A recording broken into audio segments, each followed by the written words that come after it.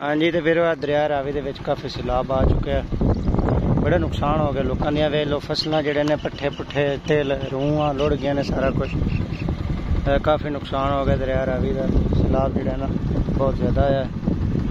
अगे तक सारा सड़क है, सड़क के नाल वे लो बिल्कुल पानी फिर रहा है, काफ़ी नुकसान हो गया। अगे जाके तुहानूं फिर मजीद भी खाने हैं।